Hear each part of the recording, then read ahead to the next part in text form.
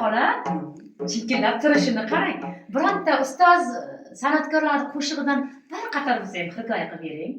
Yoshligimda bizda eski payt paxtalarga borar edi. Paxtalarda sog'ingandan keyin har xil qo'shiq aytardi. Shundan yeka qator aytib beraman. Kallaga qolganmi? Mayli. Kechalari oyi yulduzlardan ham Demak, bu qo'shiq kimning qo'shig'i bo'lgan? Ikromjon Bo'ron. Ikromjon, demak, oy yulduzlar qo'shig'idan siz bu marta aniq yodlab qo'yasiz.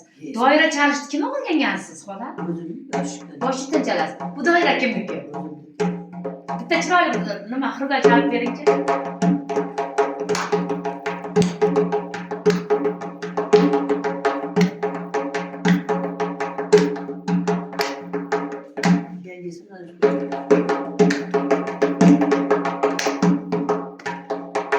Voy, rahmat.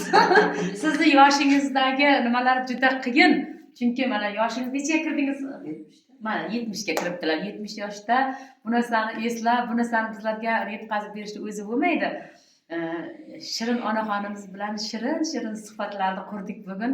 Xudo xohlasa keyingi bayramlarda, keyingi ustozlar bayramida ham Alloh birga bo'lishni nasib qilsin.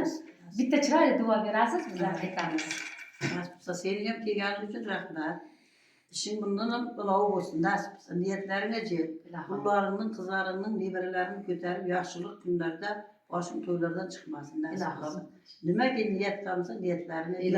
Sog' salomat bolalarning baxtiga sog' salomat. Rahmat. Mana bugungi shirin suhbatdoshimiz ustoz onaxonimiz xalq og'zaki ijodiyotlaridan milliy cholg'ularni, zarbi cholg'ularni saqlab, meros qilib kelayotgan onaxonimiz, shirin onaxonimiz bo'ldi.